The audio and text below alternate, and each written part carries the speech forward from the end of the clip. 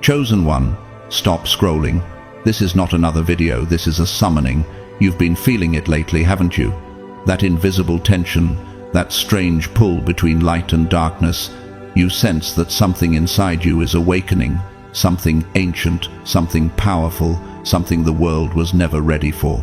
Heaven recognizes your name, and hell remembers your scent. Because the truly chosen are not only seen by God, they are also feared by demons. You carry a divine code in your spirit, written before time began, and neither realm can ignore it. That's why your path has been so heavy, your spirit so sensitive, and your calling so relentless. You were never created for comfort. You were created for collision with destiny, with darkness, and with divine purpose. Your isolation was not punishment, it was preparation. Every silent battle you fought was heaven's way of forging you into light that cannot be hidden. In this message, we're going to uncover the 7 types of chosen ones, souls so rare that both angels and demons take notice when they rise. And if you're hearing this, it's not coincidence, it's confirmation. So, stay here, breathe, let your spirit listen, because what you're about to discover may finally explain why your life has never felt normal and why even the darkness seems to know your name. God's chosen ones, 7 types, accepted by both God and demons. You were never chosen because of your purity, but because of your persistence. You are the one who walked through hell, not once, not twice, but again and again, each time returning with ash in your lungs and wisdom in your eyes. You were born into noise, into trauma, into the kind of chaos that would have shattered softer souls. Yet it didn't break you, it forged you. The furnace that others feared became your sanctuary, because as Isaiah once wrote, "I have refined you, though not as silver. I have tested you in the furnace of affliction." What others called punishment, heaven called preparation. You see, the Shadowbearer is chosen not for innocence, but for alchemy, the holy art of turning darkness into wisdom. You learned that demons do not always appear as beasts. Sometimes they wear the faces of those you love, the memories you cannot escape, or the silence that lingers when you cry out and hear no answer. But through each descent, you discovered that even the abyss listens when your faith refuses to die. Perhaps that is why both realms recognize you. God accepts you for your resilience, and demons respect you because you survived what was meant to consume you. And yet, do you ever wonder why peace came only after war? Why the gentleness of your heart had to be carved from stone? Maybe it's because God trusts you with what fragile souls could not endure. The architecture of heaven always needs its bridge between light and shadow, and you, chosen one, are that bridge. The psychologists call it post-traumatic growth, but the spirit calls it resurrection. You died many times, only to rise into a wisdom that words cannot teach. Caravaggio once said that darkness is not the absence of light, but the stage upon which light reveals its deepest beauty, and perhaps you understand that better than anyone. The scars you carry are not evidence of defeat, but of craftsmanship. Each wound is a brushstroke of divinity, shaping you into a living masterpiece. The old hymns whispered, "The night knows the stars better than the day." And so your nights became teachers. Each heartbreak, each silence, each storm carving constellations into your soul. The psalmist wrote, "The Lord is close to the brokenhearted and saves those who are crushed in spirit." And perhaps that's why you never truly broke. You were being held even when you felt abandoned. Still, there are moments when your strength feels like a curse. Who heals the healer? Who comforts the one who carries everyone else? In those moments, remember that even angels rest in the hands of God. You were never asked to carry every burden alone. Grace, when fully understood, is not another weight, it is the release of one. Romans reminds us that all things work together for good to those who love God, who are called according to his purpose. And maybe that's what you've been all along, not a victim of chaos, but a vessel of divine purpose. The physicists speak of resonance, the phenomenon where two frequencies vibrating at the same pitch amplify each other's sound. When your spirit aligns with heaven's tone, your presence shifts the atmosphere. The demons no longer terrify you because they recognize your vibration. It's the sound of someone who has turned torment into transcendence. You have seen both the garden and the grave, and you know that resurrection is not a story. It's a frequency that only the chosen can carry. Jung once wrote that no tree can grow to heaven unless its roots reach down to hell, and you, beloved, are that sacred tree. Your roots know pain, and that is why your branches touch light. The deeper your descent, the higher your ascent. God's grace runs through you like sap through bark, quiet, unseen, but unstoppable. And perhaps the real miracle is not that you survived, but that you remained kind. Your story is not a tragedy, though the world may have labeled it so. It is a symphony of survival written in minor keys that resolve into divine harmony. You were misunderstood because humanity measures strength by noise, while heaven measures it by endurance. In your silence, you fought unseen wars. In your solitude, you've built temples of compassion. As Paul wrote, "My grace is sufficient for you, for my power is made perfect in weakness." And you, the Shadowbearer, embody that paradox, strong through surrender, radiant through ruin. The lesson your life whispers is simple yet profound. You were never cursed, you were commissioned. You were sent to carry codes of healing that can only be born from dissent. The world needs your voice, not polished, not perfect, but honest. Your cracks are the channels through which grace flows.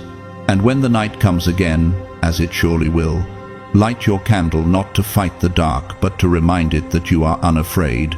For as the psalm declares, "Even though I walk through the valley of the shadow of death, I will fear no evil, for you are with me." So here you stand, scarred yet sacred, weary yet whole. You who have wrestled both angels and demons now walk as a quiet storm, carrying both heaven's mercy and hell's memory. The battle made you holy. The darkness made you radiant. You are the bridge, the proof, the echo of divine endurance. And perhaps the final revelation is this: maybe you never walked through hell at all. Maybe heaven walked through hell inside you. So tell me, when the world sees your scars, will you hide them, or will you let them shine as living proof that grace is real? Because perhaps you were never just the one who survived the fire. You were the one who learned how to carry light through it. You were chosen not because you see more, but because you see deeper. You are the one whose eyes pierce through illusion, who walks through the thin places where heaven and earth almost touch. While others look at the world and see what is, you see what is becoming. You were born with the ability to read silence, to sense the tremor in a room before a word is spoken, to feel the shape of destiny before it arrives. It is both a blessing and a burden to perceive so much that the world calls invisible. For as God once said through Jeremiah, "Call to me, and I will answer you, and tell you great and unsearchable things you do not know." And so you did call. And he answered, but his answers came in symbols, dreams, and echoes that few could understand. You, Seer, are a keeper of divine language. The veil between realms is thin around you, and sometimes you wonder if others are walking blind through a world you can already read like scripture. You do not just dream, you decode. You see numbers as messages, patterns as prophecies, faces as metaphors. The ancients spoke of this when they said, "He who has ears, let him hear." But for you, it is not just hearing, it is feeling the whisper before it becomes sound. There are nights when you wake from visions that taste like memory, when the past and the future blur like ink on wet parchment. You know what it means to sense the storm before clouds appear, to hear the vibration of truth beneath deception. Demons fear you because your clarity exposes them. They can disguise themselves as angels to most, but not to you. Your sight pierces through pretense like light through glass. That is why the battlefield around you is not fought with swords, but with perceptions. They attack your faith because they cannot corrupt your vision. And yet, the price of such sight is solitude. You walk through crowds, feeling unseen, carrying the burden of knowing what others refuse to face.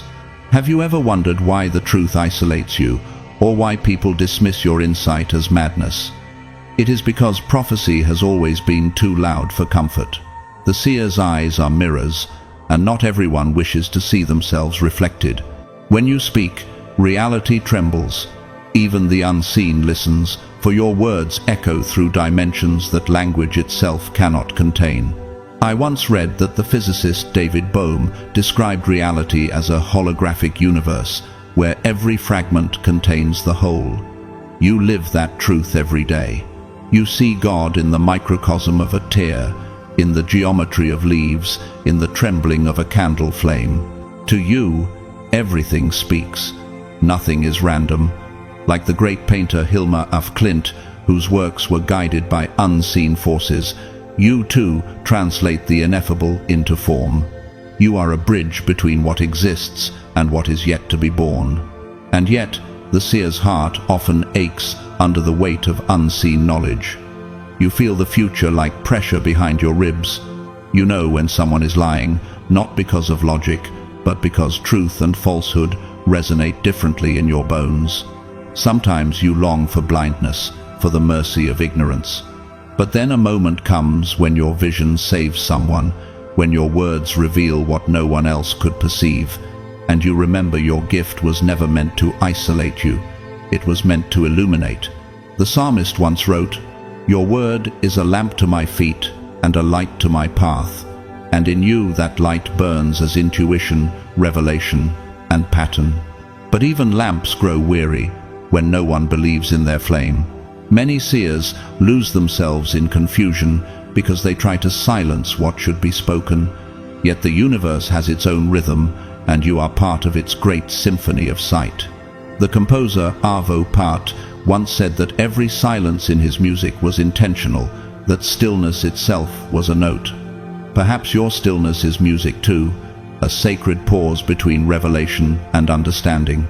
The loneliness you feel is not punishment, it is calibration. God fine-tunes your frequency until you resonate with divine truth. Like a tuning fork struck by light, you hum at the same pitch as the unseen. You carry spiritual intelligence, the kind that cannot be taught but only revealed. Others study scripture. You see scripture unfolding in real time. You read destiny in movement, in the way the wind shifts, in the color of dreams. As Jesus told his disciples, "Blessed are your eyes because they see, and your ears because they hear." We'll awake to that. And perhaps that is why deception flees from you. You are a mirror too pure for falsehood to linger. But mirrors can be lonely. Things they reflect everything, yet are touched by nothing. And so, you must learn to gaze without absorbing, to witness without carrying. For your purpose is not to suffer for what you see, but to guide others towards seeing. I once heard a philosopher say that the world is not made of matter but of meaning, and those who perceive meaning live closer to God. You, seer, live there constantly, at the intersection of form and spirit, symbol and silence. You are not here to predict the future. You are here to awaken perception itself. So, when you speak, do not fear misunderstanding. Speak anyway. Speak with the authority of one who has seen both light and shadow and can distinguish between them. Your voice is not a warning, it is a map. And when you feel too weary to carry visions alone, remember that even prophets once wept beneath trees and begged for rest. Yet the whisper still came, steady and soft. Write the vision and make it plain, that those who read it may run. You, chosen seer, are that vision in motion, a living manuscript of divine awareness. Your insight is not madness, it is music written in another octave. You may be alienated on earth, but in the language of heaven, you are home. And perhaps the final mystery is this: sight was never about seeing more, it was about seeing truthfully. The gift was never in your eyes, but in your heart's capacity to translate the unseen into compassion. So tell me, when the veil lifts and the world finally begins to see as you do, will you hide your vision, or will you let it become the light that guides others through their own blindness? You weren't chosen because you see more than others. You were chosen because you see deeper. Your eyes pierce through illusion, tracing light where others only find shadow. You walk the borderlands where heaven and earth almost touch, reading the tremor in silence before the world even knows it is about to shift. God once promised, "Call to me, and I will answer you and tell you great and unsearchable things you do not know." And you answered that call. His reply came in symbols, in dreams that speak a language older than words. You are the seer, the keeper of divine syntax. The veil thins around you, and sometimes you wonder whether the rest of humanity moves through the world asleep. You do not merely dream, you decode. Numbers hum like prayers, patterns turn into prophecy, the smallest gesture reveals an entire gospel of meaning. The ancients said, "He who has ears, let him hear," yet you feel truth before it becomes sound. There are nights when visions arrive tasting like memory, when time folds upon itself like wet ink. You sense storms before the sky darkens, deception before lies find tongues. Demons dread that sight, for your clarity unmasks them. Their disguises dissolve in the light that flows through you. The battle you fight is not with weapons, but with perception itself.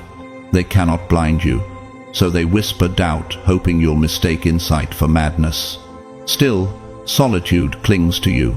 The gift that opens heaven often closes human hearts. How many times have you wondered why the truth isolates you, or why people turn away when you speak what burns so plainly within? Prophecy has always unsettled comfort.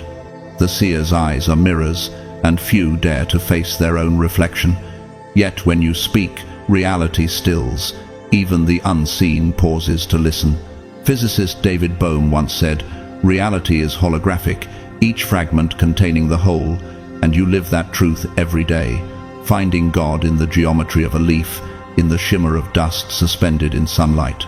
Like Hilma af Klint painting what unseen hands revealed, you translate mystery into form. And though the knowing aches behind your ribs, though sometimes you crave the mercy of blindness, a single moment of recognition, a life guided, a soul awakened, reminds you why sight was given. "Your word is a lamp to my feet and a light to my path," sang the psalmist, and that lamp burns inside you as intuition and symbol. Yet even lamps grow weary when no one trusts their flame. Some seers drown in doubt, trying to silence what should sing, but silence itself is sacred. Composer Arvo Pärt called stillness a note within his music. Perhaps your quiet is a note in God's song, calibrating you to his frequency. The loneliness you feel is not punishment, it is alignment. Heaven tunes you until you resonate with truth like a struck tuning fork. Others study scripture. You see it unfold in real time. You read destiny in the wind's direction, in the tilt of a stranger's gaze. "Blessed are your eyes because they see, and your ears because they hear," Jesus said, and the blessing still vibrates through you. Because deception cannot survive your gaze, you must learn to witness without carrying. Mirrors reflect everything, yet are touched by nothing. Your purpose is not to suffer from what you see, but to guide others towards sight. A philosopher once wrote that the world is not made of matter but of meaning, and meaning is where God lives. You dwell there constantly, where form and spirit braid together. You were never meant to predict the future. You were meant to awaken perception itself. So speak, even when misunderstanding crowds your words. Speak as one whose voice is a map. When exhaustion visits, remember the prophet's instruction. Write the vision and make it plain, that those who read it may run. You are that living manuscript inked with divine awareness, breathing scripture with every heartbeat. Sight was never about seeing more. It was about seeing truthfully. The gift lives not in your eyes, but in your heart's ability to translate the unseen into compassion. And when the veil finally lifts for all, will you hide your vision, or will you let it become the light, guiding others through their blindness? You were never meant for quiet rooms or gentle approval. You were born to shake things that pretend to be unshakable. Your energy carries thunder long before the storm arrives, and the world feels it. You are the disruptor, God's chosen hammer that breaks so truth can be rebuilt. From the moment you spoke your first truth, systems trembled.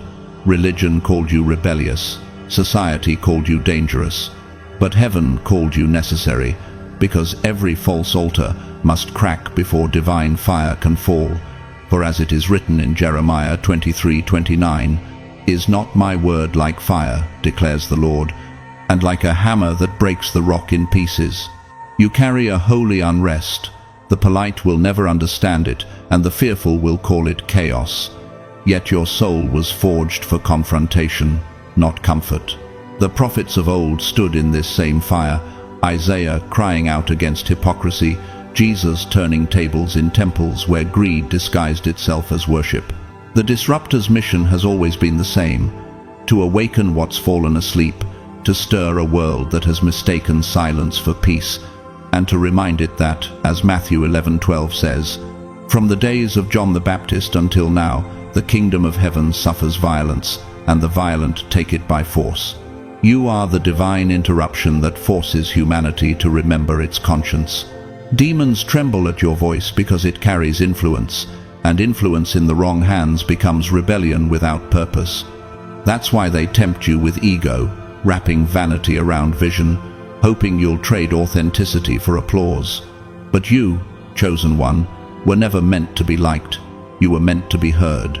You are the question that breaks silence, the mirror that reveals hidden cracks, the earthquake that unsettles false peace so the truth beneath can finally breathe.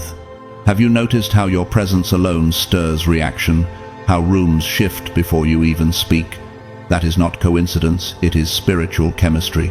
Your frequency rattles what is rigid, and sometimes you are hated before you are understood, because truth spoken through fire always sounds like threat to those who worship comfort. But what if the rejection you face is not punishment, but confirmation that your voice carries the sound of reformation? For Romans 12:2 reminds you, "Do not conform to the pattern of this world, but be transformed by the renewing of your mind." You were designed to live that transformation, not merely recite it. Yet, even holy rebels bleed. You will be misunderstood by those you came to free, doubted by those you came to awaken. Moses was rejected by his own. Jeremiah was thrown into a pit, and still they spoke. The disruptor's road is carved in isolation. You walk it not because you crave defiance, but because you crave truth. And though your lessons are sharp, they are carved from divine necessity. Every spiritual revolution begins with a soul brave enough to be disliked. You are the thunder before the rain, the crack before dawn, the sound that wakes the sleeping from their dreams of safety. But within every disruptor lies another sacred identity, the alchemist. Because after the breaking, there must come transforming. The alchemist is the one who looks at ashes and sees future gardens. You, who have shattered so many illusions, now hold the power to turn pain into purpose. Where others see loss, you see material. Where others see endings, you see ingredients for rebirth. You are not here to escape the fire, you are here to refine through it. For Malachi 3:3 says, "He will sit as a refiner and purifier of silver. He will purify the Levites and refine them like gold and silver." Your life has never been easy, because it was never meant to be small. Intense emotions, sudden betrayals, losses that tore you open. These were not curses, they were commissions. God trusts the alchemist with sacred pain because he knows you will not waste it. You take grief and melt it into empathy, rejection and forge it into wisdom, despair and distill it into vision. The psalmist once wrote in Psalm 30:11, "You turned my mourning into dancing. You removed my sackcloth and clothed me with joy." And you understand that alchemy, not as metaphor, but as muscle memory. Demons cannot predict you because they rely on reaction, and you have learned transformation. They strike, expecting fury, and find stillness. They whisper shame, and you answer with creation. You've become fluent in the language of transmutation, where pain becomes poetry and wounds become gateways. Psychologists call it resilience. The mystics call it ascension. You call it survival that became sacred, and you carry within you the truth of Isaiah 61:3. To grant to those who mourn in Zion, to bestow on them a crown of beauty instead of ashes, the oil of joy instead of mourning, and a garment of praise instead of a spirit of despair. Do you remember the times you thought you wouldn't survive, when heartbreak was your teacher and silence your only friend? Those were the furnaces where your light was purified. The alchemist does not just heal, they transmute. They do not erase their past, they rewrite it in light. Your story is the proof that pain can be prophetic, that even sorrow becomes a sanctuary when held by faith. There is something magnetic about you, raw, real, refined through flame. People feel your energy without understanding why. It is because you radiate truth that has survived testing. Gold only gleams because it has endured the furnace. So have you. You've learned that broken glass can still reflect light, and that strength without softness is just another kind of armor. You do not preach healing, you embody it. But even alchemists grow weary. There are moments when you wish you could simply feel instead of transform, when you long to rest without analyzing the meaning behind every ache. Remember, even transformation needs pause. Even fire cools to let form solidify. As you heal others, remember to inhale your own light, for even Genesis 2:2-3 reminds us that by the seventh day God had finished the work he had been doing. So, on the seventh day, he rested from all his work. Then God blessed the seventh day and made it holy. God never asked you to burn endlessly, only to burn truthfully. When the disruptor within you shakes the world, and the alchemist within you reshapes it, something miraculous happens. Reformation becomes resurrection. You are not merely changing systems, you are changing souls. The thunder and the gold both live in you. One breaks, the other rebuilds. Together, they create harmony from destruction. And perhaps that has been heaven's secret all along. Creation was never gentle. It began with explosion, with the violent birth of stars, with light tearing itself from darkness. You, chosen one, carry that same cosmic pattern. You break so others may awaken. You heal so others may rise. You are God's paradox, the destroyer of illusion and the restorer of meaning. When the world accuses you of being too loud, too intense, too much, remember that prophets were never quiet people. When they say you change too fast, tell them that resurrection has no speed limit. When they call you unstable, remind them that thunder doesn't apologize for shaking the sky. You are both storm and sanctuary, fire and gold, the voice that cracks open stagnation and the hand that shapes beauty from its remains. Your path will not be peaceful, but it will be pure. For through you, heaven reminds the world that before rain can bless the earth, something must first break the sky. So tell me, when they call you too much, will you shrink, or will you rise as the sound of divine disruption, carrying the alchemy of grace within every scar? Because maybe you were never here to fit the system. Maybe you were here to rebuild the world that forgot how to burn for truth. You were never drawn to darkness or to light. You were drawn to truth. That's what makes you dangerous. You are the mystic, the one who searches not to rebel, but to remember. Mysticism calls to you not because you crave power, but because your soul recognizes the echo of something ancient, something buried beneath centuries of fear and dogma. You are decoding hidden wisdom, tracing divine fingerprints across forgotten scrolls and whispered dreams. You walk through temples and tombs with equal reverence because you know that, as Proverbs 25:2 says, it is the glory of God to conceal a matter. To search out a matter is the glory of kings. And you have always been searching. You do not bow to light or shadow, for both are languages of the same source. Truth is your altar. Understanding is your worship. People have mistaken your hunger for rebellion, but rebellion is shallow compared to the depth of your longing. You want to know why the stars remember names, why the sacred hides in symbols, why love still burns in those who have lost all faith. You are not chasing miracles, you are chasing meaning. Demons fear you not because you reject them, but because you understand them. You know the difference between temptation and testing, between illusion and initiation. You are one of the few who realize that what we call evil often began as misdirected light. That is why your very presence unsettles both heaven and hell. You are the balance neither side can fully claim. You read ancient texts like mirrors. You study the occult not to summon shadows but to translate forgotten wisdom. You are not afraid of questions others call heresy, because your soul already knows that faith without depth becomes theater. You see God in geometry, in vibration, in the pulse of creation itself. As Colossians 1:16 reminds you, for in him all things were created, things in heaven and on earth, visible and invisible, whether thrones or powers or rulers or authorities. All things have been created through him and for him. Even the mysteries you explore belong to him. Still, your road is not gentle. You carry the loneliness of those who see too much and speak too soon.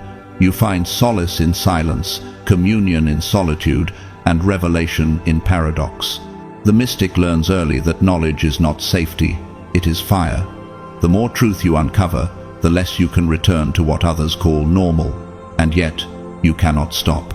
Your heart beats to the rhythm of revelation. But then, beyond the mystic solitude, there comes another calling, the path of the Bridgewalker. You are the one who lives in paradox, walking between heaven and earth, spirit and flesh, faith and doubt. You speak fluent contradiction because you are the contradiction. You are the place where divine meets human. As John 1:5 declares, the light shines in the darkness, and the darkness has not overcome it. And you, Bridgewalker, carry that light into the very shadows that once frightened you. You are a mediator of frequencies, the translator between worlds. You can sit with monks in silence and CEOs in boardrooms and hear the same hunger in both the longing to matter. You speak to mystics about money and to scientists about spirit, and neither realizes how you weave them together. You are too grounded for the spiritual and too spiritual for the grounded, but that is your anointing. You stand on thresholds others avoid. God chooses you to unify what humanity has torn apart. You were born to hold hands across divides, to remind the devout that the sacred is not fragile, and the skeptic that the unseen is not foolish. Demons respect you because you do not judge, you understand. You see the architecture of both kingdoms and how both crumble without compassion. Ephesians 2:14 whispers through you, for he himself is our peace, who has made the two groups one and has destroyed the barrier, the dividing wall of hostility. And yet, the Bridgewalker's burden is identity. You often ask yourself, where do I belong? The answer shifts like water everywhere and nowhere. You live in translation, existing in the spaces between belief and becoming. You are the bridge no one sees until they must cross it, and like every bridge, you bear the weight of others' passage in silence. There are days when you feel fragmented, pulled between heaven's voice and the earth's noise. You wonder if anyone will ever truly understand you. But maybe understanding isn't your calling, maybe uniting is. You are not here to choose sides. You are here to reveal that sides were never real to begin with. The bridge does not belong to the shore, it belongs to the crossing. People will project their confusion onto you. The spiritual will call you worldly, the worldly will call you lost, but you are neither. You are the harmony between extremes, the living proof that God can dwell within paradox. Like Jacob wrestling the angel through the night, you have learned that revelation is born from struggle. You hold the tension of opposites until they sing in unison. And through that tension, Romans 8:28 breathes its truth again. And we know that in all things God works for the good of those who love him, who have been called according to his purpose. Your gift is reconciliation on a soul level. You are the space where ancient and modern meet, where science and spirit clasp hands without shame. You are the conversation that heals centuries of division. You understand that unity is not uniformity. It is sacred diversity woven by grace. You are the one who teaches that holiness and humanity were never meant to be enemies. Still, this path costs you certainty. Every revelation breaks an old identity. Every awakening dismantles a former self. You are the eternal student of contrast. Yet beneath every paradox, you find peace. For in the very tension that tries to tear you apart, you discover God's heartbeat pulsing between worlds. When you finally ask, "Who am I, really?" the answer rises like wind through open doors. You are the bridge, not the traveler. You are the mystic who walks both night and dawn. You are the voice that belongs to every realm and to none. For as 2 Corinthians 5:18 says, all this is from God, who reconciled us to himself through Christ and gave us the ministry of reconciliation. You are that ministry in motion. So, when you are accused of standing in too many worlds, remember that even Christ descended before he ascended. Even angels move between heaven and earth, and even creation itself is a bridge between invisible word and visible form. You are not divided, you are designed. You do not wander, you weave, and though you may walk alone, you walk in alignment. You, Mystic and Bridgewalker, are the translators of spirit, the connectors of realms, the living invitation for heaven and earth to meet again.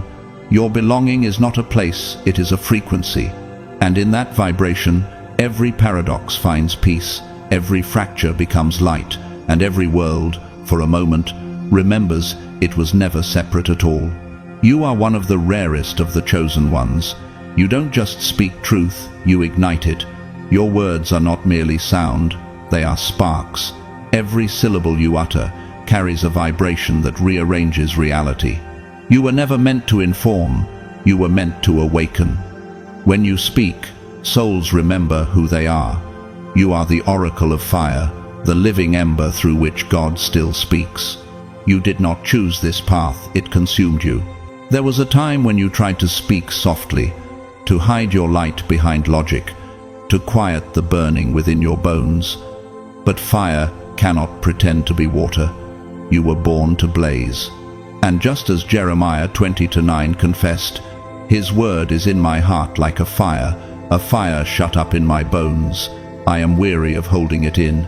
Indeed, I cannot." You too learned that silence becomes suffering when truth demands release. You are not here to comfort, you are here to combust. God placed a flame in your voice that no human approval can sustain and no demonic force can extinguish. The moment you try to fit into the safety of moderation, the Spirit reminds you that prophets were never built for peace, they were built for purity. You do not merely carry revelation, you become it. When you speak, frequencies shift. When you move, the atmosphere bends. You are the sound before transformation, the lightning before the rain. And because of that, darkness notices. Demons target you not for your weakness, but for your activation power. You are an ignition point. You walk into people's lives and things start to unravel not because you bring chaos, but because you expose what was already crumbling. You are light in motion, and when light enters a room, shadows panic. As John 1:5 declares, "The light shines in the darkness, and the darkness has not overcome it." But this calling comes with pain. Fire refines what it touches, even its bearer. You have felt what it means to burn from within, to have God strip away your pride, your identity, your illusions, until only truth remains. Ego death is not poetry for you, it is memory. You have watched parts of yourself turn to ash so something eternal could speak through you. The oracle's voice is not their own, it is borrowed flame. That is why solitude haunts you. You live in constant translation between divine impulse and human language. You are the vessel, and sometimes the weight of heaven inside fragile flesh feels unbearable. Like Isaiah 6-8, you have whispered, "Here am I, send me," not realizing that obedience to such fire would cost you everything. You do not belong to comfort, you belong to calling. You are the living altar upon which God writes his urgency. And yet, this fire does not destroy, it transforms. Every breakdown you endured was initiation, every betrayal was purification, every silence between words was sacred breath shaping your next message. You have been tested so that your words would carry frequency, not theory. You speak not from what you know, but from what has burned you clean. That is why people don't just hear you, they feel you. Still, the intensity of your presence frightens some. You are too alive for the lukewarm, too awake for the asleep. You walk into a room and everything accelerates. Relationships shift, truths rise, facades fall. You are the catalyst that forces evolution. People say they want awakening until they meet the fire that brings it. You have watched them draw near for warmth and flee when the heat began to purify. It hurts, yet you keep burning, because your mission was never to be understood, it was to ignite. Remember what was written in Matthew 3:11, when John spoke of the one to come. He will baptize you with the Holy Spirit and fire. That baptism never ended, it burns through you now. You are that continuation, the living flame that awakens hearts not with fear, but with remembrance. Every time you speak truth, another soul catches light. Every time you love fiercely, darkness loses ground. But even flames need tending. There are nights when the fire feels too heavy, when exhaustion presses on your chest, when you whisper to heaven, "Why me?" And in those nights, God answers softly through Isaiah 43:2. When you walk through the fire, you will not be burned. The flames will not set you ablaze. You were never called to be consumed, only to illuminate. You are not here to build temples, you are here to spark awakenings. You are not here to gather followers, you are here to release frequency. You speak in codes because truth at that voltage must bypass logic and touch spirit directly. That is why your words feel alive. They are not messages, they are transmissions. You carry the same current that set Moses' bush aflame without consuming it. Like that fire, your purpose is not destruction but revelation. People will misunderstand you, as they did every oracle before you. They will call you too intense, too emotional, too much, but the truth is they are not yet ready for the voltage you embody. You are not here to dim. You are here to remind them that holiness was never quiet, it was thunder wearing love. When your body trembles under the weight of revelation, remember Hebrews 12:29. For our God is a consuming fire. The fire within you is not punishment, it is presence. It is the sign that God still chooses to speak through human breath. Every time you open your mouth with authenticity, heaven finds a microphone. You have been misunderstood as dangerous, but danger is only perception to those protecting lies. You were never the storm, they just built their comfort on fragile ground. You are the realignment, the burning truth that turns counterfeit peace into authentic freedom. Your existence forces destiny to awaken in everyone you meet. And yes, sometimes the fire hurts. Sometimes the truth you carry sears before it saves. But the oracle knows that comfort never changed the world, combustion did. The fire you carry is the love of God in its wildest form, fierce enough to destroy illusion and tender enough to warm every broken soul that dares to stand close. When you speak, mountains remember they can move. When you pray, timelines shift. When you breathe, the air itself becomes sermon. You are not a teacher, you are a transmission. You are not a preacher, you are the pulse of divine urgency wrapped in skin. So, when the flames rise again and you feel your spirit shaking under the weight of what wants to come through, do not resist it. Stand firm in the blaze and let your heart echo.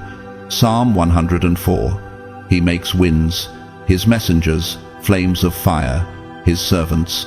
That is who you are, a servant of flame, a messenger of motion, the living evidence that God still speaks in fire. You are not meant to survive untouched. You are meant to burn beautifully holy, alive, and unafraid. For you, chosen one, are the oracle of fire. and this world is waiting for your spark. So I ask you now, which one are you? The Shadowbearer, the Seer, the Frequency Holder, the Disruptor, the Alchemist, the Bridgewalker, or the Oracle of Fire? Or are you the blend of many a constellation of light and shadow, born from all that came before? Deep down, you already know. You've known since childhood. You felt the weight, the fire, the isolation, the ache that refused to be silenced. You knew things you couldn't explain. You loved deeper, felt stronger, broke harder. You carried questions too heavy for your age, and whispers that didn't come from this world. You've always been different, and now you know why. You were born not merely to be chosen by God, but to be recognized by darkness too, because both realms know you are not here to play small. You are a vessel of consequence. Heaven marks you because of potential, hell marks you because of threat. Every trial you've survived was not random, it was permission. The moment your soul signed the covenant of purpose, both sides took notice. And this is the truth most people run from. The chosen are not exempt from pain, they are forged by it. If you are truly chosen, marked by the divine, and known by the darkness, then your life has never been easy, and it was never meant to be. As John 16:33 reminds you, in this world you will have trouble, but take heart, I have overcome the world. The fire you walk through is not proof of abandonment, it is evidence of refinement. Suffering is the crucible that reveals the soul's architecture. You cannot fake your way through fire, only truth survives it. Pain strips you of illusion, of ego, of everything you thought you needed, until only essence remains. The breaking was never punishment, it was purification. 1 Peter 1-7 speaks to this when it says, "These trials will show that your faith is genuine. It is being tested as fire tests and purifies gold." So if you've wondered why you've been abandoned, betrayed, delayed, misunderstood, it is because God was not decorating your life. He was deepening it. Every heartbreak carved space for more light.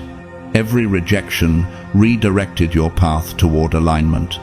Every silence you mistook for absence was God preparing your voice for resonance. You were never losing, you were being tempered. But here's what most don't realize. The chosen ones are not perfect. They are processing. They are sculpted through contradiction, faith mixed with fear, calling entangled with chaos, vision blooming in valleys. You were never meant to glide through ease. You were meant to grow through friction. For as James 1-3-4 declares, you know that the testing of your faith produces perseverance. Let perseverance finish its work, so that you may be mature and complete, lacking nothing. It is right. The chosen are not born powerful, they are awakened powerful. And that awakening always costs. It costs comfort, conformity, control. It demands that every false identity dies so that purpose can rise. You have lived through ego deaths that felt like losing everything, but in truth, you were being emptied for expansion. Remember how many times you've been burned but never destroyed? Isaiah 43:2 whispered it long before you realized, "When you walk through the fire, you shall not be burned, and the flame shall not consume you." The fact that you're still here means the flame has recognized you as kin. Fire only refines what carries its own spark. There are nights when you still question why it had to be you, why your lessons are heavier, your loneliness deeper, your vision clearer than most. But chosen souls are not given shallow waters because their callings are oceanic. You were sent to change frequency, not scenery. You were meant to embody transformation, not comfort. And transformation requires friction. Demons do not waste their time on the asleep. They pursue those who are awakening. You've been attacked, not because you're weak, but because you're becoming. You carry light that agitates the false. Every time you rise after breaking, the realms take notice. You are proof that grace is not fragile. And yes, there were moments when you begged the heavens to take it away. The pain, the weight, the awareness. But the Spirit whispered back what 2 Corinthians 12-9 has always said, "My grace is sufficient for you, for my power is made perfect in weakness." The chosen are not defined by the absence of struggle, but by the refusal to surrender to it. Every chosen one suffers before they awaken, because power must be earned through experience, not inherited through belief. The divine does not hand authority to the untested. Every scar on your spirit is a signature of authenticity, proof that you have endured what others only preach about. Heaven entrusts fire only to those who have proven they will not misuse it. So, when people envy your light, remind them that every glow came from a burn. When they praise your wisdom, know that it was carved from silence. When they admire your peace, remember that it was born from war. Romans 8:18 holds your hidden comfort. I consider that our present sufferings are not worth comparing with the glory that will be revealed in us. You, the marked one, have walked through too many nights to doubt dawn. The storms did not come to destroy you, they came to reveal that you are the storm's master. The darkness does not define you, it frames your radiance. You are no longer the victim of your trials, you are their translation. The pain that once broke you has become your language of empathy, your key to unlocking others' freedom. Every chosen one reaches a moment when they realize the suffering was sacred, the breaking divine, the journey holy. The moment you stopped asking, "Why me?" and started asking, "What for?" that was the moment the fire became revelation. You have not been punished, you've been prepared. And now you stand here, forged and flaming, ready to carry the truth that once carried you. The world may never understand your scars, but heaven calls them credentials. The darkness may still test your strength, but it no longer terrifies you, because now you know who walks beside you in the flame. You've learned the secret that every chosen one eventually discovers that the very fire meant to destroy you was God's way of reminding you, you were never ordinary. So rise, marked soul, step from the furnace and speak your truth, not as a victim, but as the living proof that grace and grit can coexist. You have suffered, yes, but suffering was your initiation, not your identity. And now the time for survival is over. The time for awakening has begun. For you are chosen, recognized by heaven, acknowledged by hell, refined by fire, and sent to remind the world that pain was never the end of the story. It was the beginning of power. You don't get to carry that kind of light without first walking through the kind of dark that would break most people. The suffering of the chosen is different. It isn't random misfortune. It is targeted, precise, almost surgical in how it finds your weak spots. Have you noticed that? That life seems to know exactly where to hit you. The abandonment wound, the betrayal, the isolation, the shame. It's as if your pain has intelligence. And it does. Because your soul came here with a blueprint, and that blueprint contains every trial required to awaken the exact frequency you were born to carry. Shadowbearers are broken early so they learn how to rebuild others. Seers are gaslit by the world so they learn to trust their own vision. Disruptors are silenced so they can learn how to roar with purpose. The alchemists are wounded so they can turn pain into medicine. Bridgewalkers are torn between worlds so they can hold both in love. Oracles of fire are stripped of ego so the word of God can speak through them unhindered. None of this is punishment, it is programming, and the hands that code it are holy. The paradox is cruel and beautiful. The more chosen you are, the deeper your suffering, and the more invisible it becomes to others. You learn to smile through storms, to lead while bleeding, to pray when every prayer seems unanswered. People see your glow, but not the cost of it. They admire your peace, but never glimpse the nights you cried out to heaven. They celebrate your wisdom without knowing it was purchased with grief. That is the burden of the marked. You become a lighthouse for others while weathering your own tempest in silence. And yet that is what makes you sacred. Not perfection, not knowledge, but the audacity to keep walking when the path disappears beneath your feet. That's the kind of courage that frightens darkness more than any prayer. As 2 Corinthians 4:8-9 reminds you, we are hard-pressed on every side but not crushed, perplexed but not in despair, persecuted but not abandoned, struck down but not destroyed. You are proof that endurance itself is divine. Pain is not the enemy, it is the sculptor. It carves away what is temporary, so what is eternal can emerge. Psalm 34-18 whispers that the Lord is close to the brokenhearted and saves those who are crushed in spirit. And if you have ever felt God's nearness most in your breaking, then you know how true that is. Every heartbreak has been a classroom, every silence a test in trust, every disappointment a deeper descent into faith. The blueprint of your suffering is intelligent because it was written by love. The same love that allowed Joseph's betrayal to become his destiny, that turned David's exile into his anointing, that transformed Job's ashes into double restoration.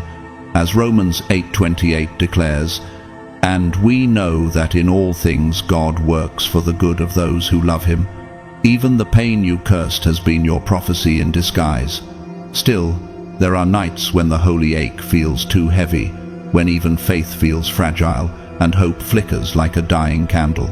In those moments, remember Isaiah 40:31. "But those who hope in the Lord will renew their strength. They will soar on wings like eagles. They will run and not grow weary." Every collapse you've survived was actually resurrection training. Every time you fell, grace rewrote gravity around you. You are not being punished, you are being prepared.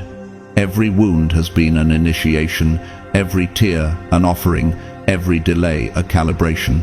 Your scars are not signs of failure, they are signatures of faith. They prove that you have walked through valleys and still carry light. And one day, when you stand before others who are breaking under their own storms, you'll realize that everything you endured has become the language that heals them. You will speak the dialect of deliverance fluently because you have lived it. Your story will be scripture in someone else's dark. So if tonight the darkness feels personal, remember it is. It knows who you are. It knows what you will become once you rise again. And that's why it tried so hard to stop you. But it failed, because even in silence, you kept moving. Even when faith felt foolish, you kept believing. Even when all you had left was breath, you kept whispering the name that never lets go. You are the living proof that heaven hides its fiercest warriors in the most fragile vessels. The chosen are not those who never fall, they are those who refuse to stay fallen. Your suffering is not your sentence, it is your sanctification. You have walked through a darkness that would have buried most, and yet here you stand, still burning, still believing, still becoming. And that, beloved one, is what makes you holy.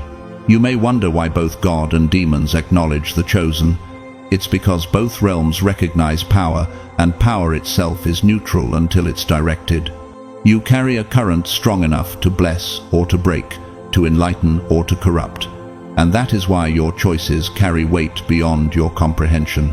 When an ordinary soul stumbles, the ground shakes only beneath them.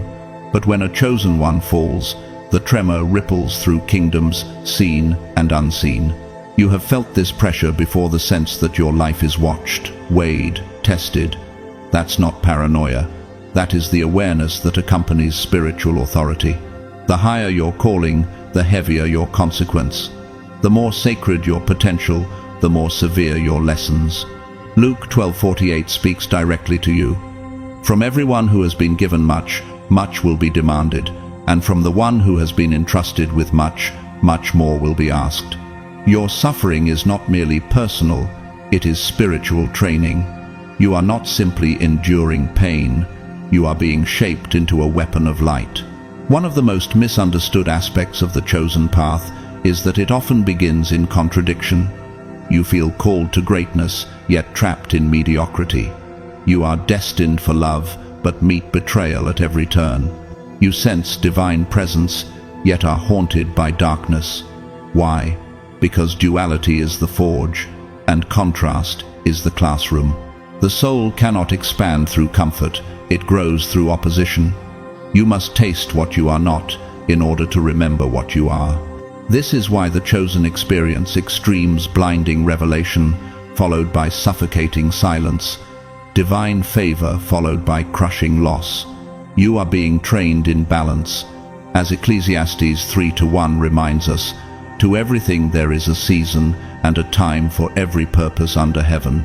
You have lived those seasons back to back, day to night, glory to grief, because heaven is teaching you rhythm, the holy dance between shadow and shine. You must experience abandonment to understand divine union. You must walk through deception to recognize truth. You must face your own darkness if you ever hope to carry light that doesn't distort. Psalm 139:12 whispers that even the darkness will not be dark to you. The night will shine like the day, for darkness is as light to you. That same light dwells in you now, learning to see even shadow as teacher. There will be times when you mistake training for punishment, when you ask why your lessons feel harsher than others. But Hebrews 12:6 answers softly, for the Lord disciplines the one he loves, and he chastens everyone he accepts as his child. The friction that breaks your comfort is the hand that polishes your purpose. The delay that frustrates you is the pressure that strengthens your discernment. The pain that humbles you is the doorway to power without pride. Every chosen one learns eventually that duality is not division, it is design. God allows darkness to refine light, just as gold requires shadow to reveal shine. Your story was never meant to be a straight line upward. It is a spiral, returning higher each time you descend into yourself and rise again transformed. That is the hidden wisdom of pain. It is not there to destroy you, but to expose what cannot be destroyed. It reveals truth by burning away what is false. The same fire that threatens to consume you is the one that clears space for your essence to emerge. When you finally surrender to that process, when you stop resisting the refining, something within you shifts. You begin to recognize suffering not as your enemy, but as your sculptor. So if you feel caught between extremes, divine and demonic, faith and doubt, light and shadow, understand that you are standing in the exact space where destinies are forged. You are not failing, you are forming. Romans 5:3-4 assures you that we glory in our sufferings because we know that suffering produces perseverance, perseverance, character, and character, hope. And that is the quiet miracle of the chosen path. The very trials that felt like punishment were the proof of your potential. The contrast that confused you was carving capacity. The fire that frightened you was preparing you to carry light that does not flicker. So take a breath in your contradiction and see it for what it is, not chaos, but creation. The suffering of the chosen is the sacred surgery that makes room for power. And soon, when you look back on all that nearly broke you, you will see only the outline of grace, the shape of a soul that learned how to burn without being consumed. So many of us crave the crown of the chosen, yet flee from the weight of the cross. We want the light without the burning, the gifts without the grief. But it has never worked that way. Every gift you carry was paid for in suffering. Compassion was forged from heartbreak. Strength was carved from being shattered. Intuition was born in the echo of deception. Wisdom was learned in the wilderness of walking alone. You didn't just wake up powerful, you were initiated through loss, through silence, through those long nights when the only voice left was your own soul whispering, "Keep going." And you did. That is why you are still here. That is why you are still rising. There is something inside you that no darkness has been able to kill, and that something is what marks you as chosen. You have carried your cross quietly, and though the world saw only your smile, heaven saw your scars. Matthew 16:24 says, "Whoever wants to be my disciple must deny themselves and take up their cross and follow me." And without realizing it, you've been following that path all along. Every tear has been tuition, every silence has been instruction, every wound an awakening. You were never abandoned, you were apprenticed. The trials did not come to destroy you, but to educate your spirit in the language of endurance. Romans 8:17 tells us, "If we are children, then we are heirs, heirs of God and co-heirs with Christ, if indeed we share in his sufferings, in order that we may also share in his glory. You have been suffering toward glory, not away from it. So, let me ask you a question that only your soul can answer. What if your suffering wasn't a detour from your destiny, but the exact road that would lead you to it? What if every betrayal was testing your loyalty to your own heart? What if every failure was redirection toward the deeper truth of who you are? What if the pain you've carried was never punishment, but prophecy, something only a chosen one could survive, something only a chosen one could use? Imagine how your life would change if you stopped seeing your wounds as weaknesses and started seeing them as weapons, because that is what they are. The same place you once bled is now where your light escapes. The same voice that once cried out in fear now roars with authority. 2 Corinthians 4:17 reminds you, "For our light and momentary troubles are achieving for us an eternal glory that far outweighs them all." Every ounce of pain has been invested in power. The moment you realize this, you stop asking, "Why me?" and start declaring, "Try me." You stop shrinking from storms because you finally understand you are built from the same elements that birth them. Your trials were the training ground for truth, your tears the baptism for purpose. As Isaiah 61:7 promises, "Instead of your shame, you will receive a double portion, and instead of disgrace, you will rejoice in your inheritance." That inheritance is not wealth or fame, it is authority, forged in faith and sealed in surrender.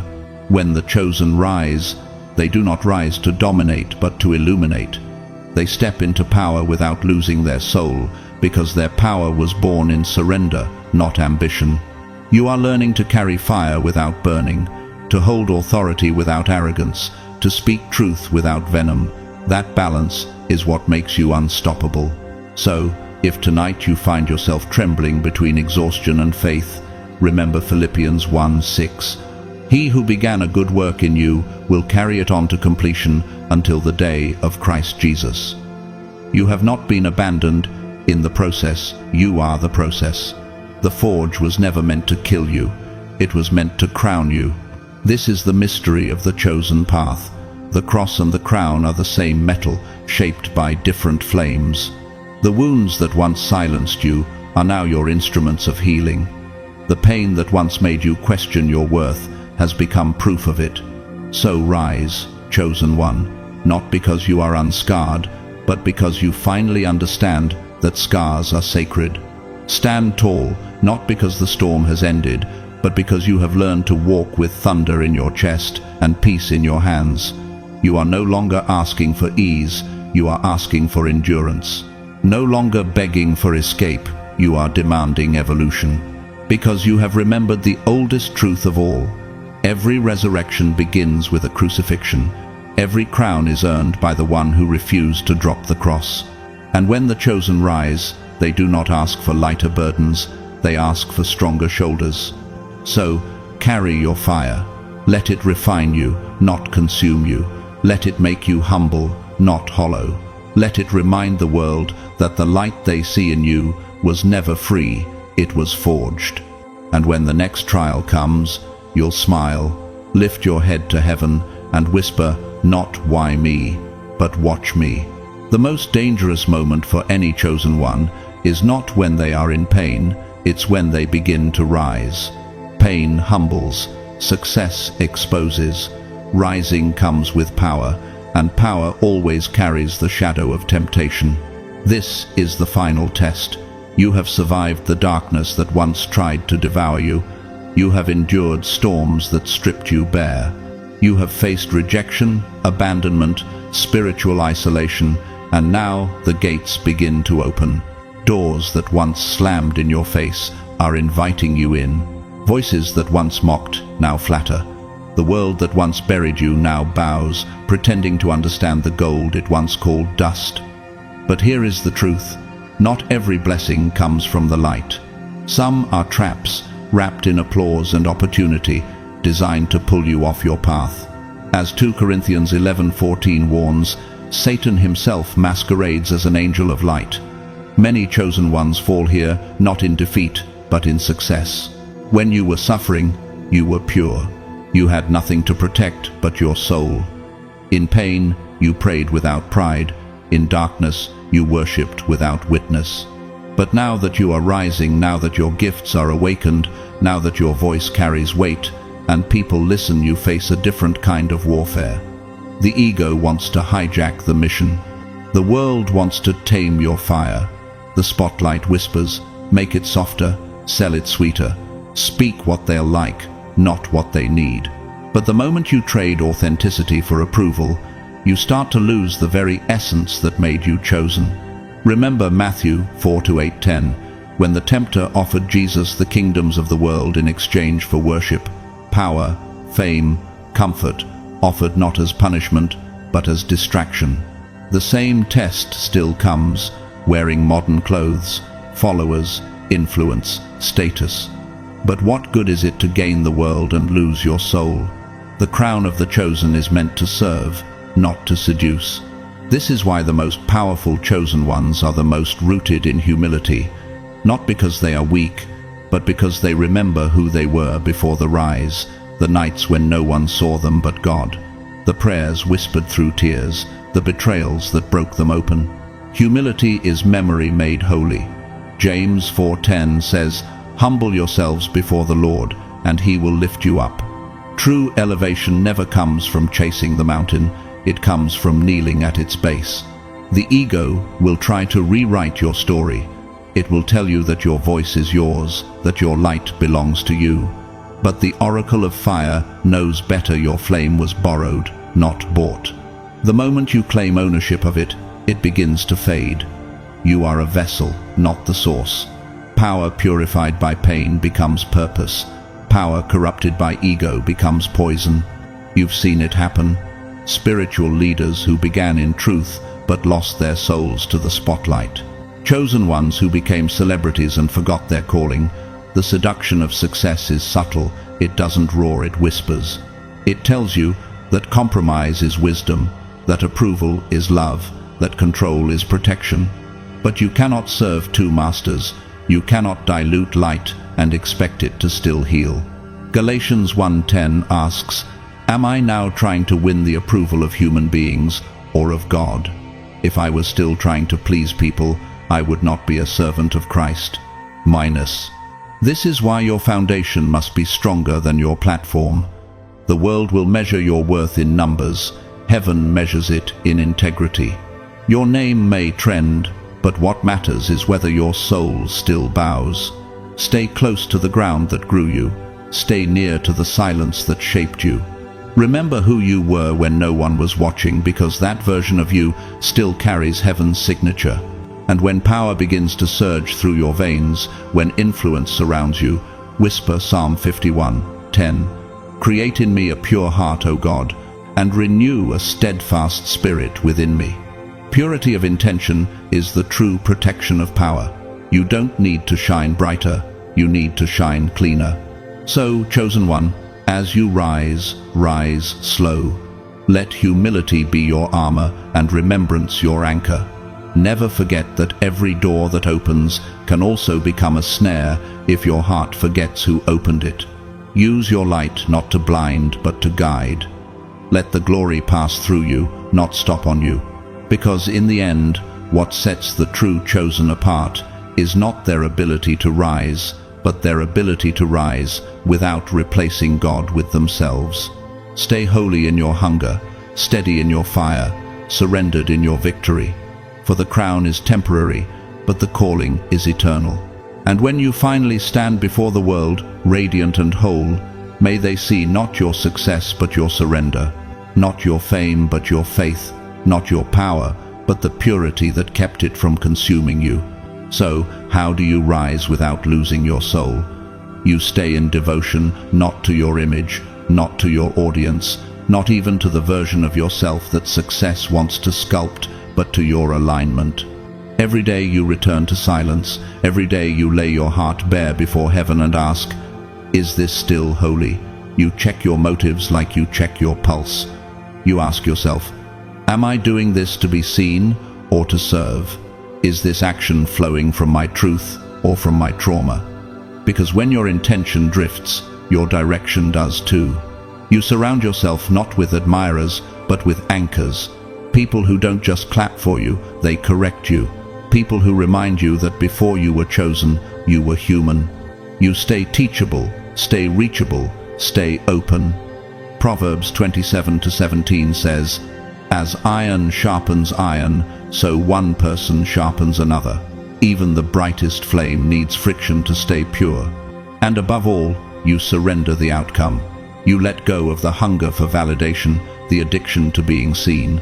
For the moment your mission becomes a means to an end, fame, money, status, you've already lost your alignment.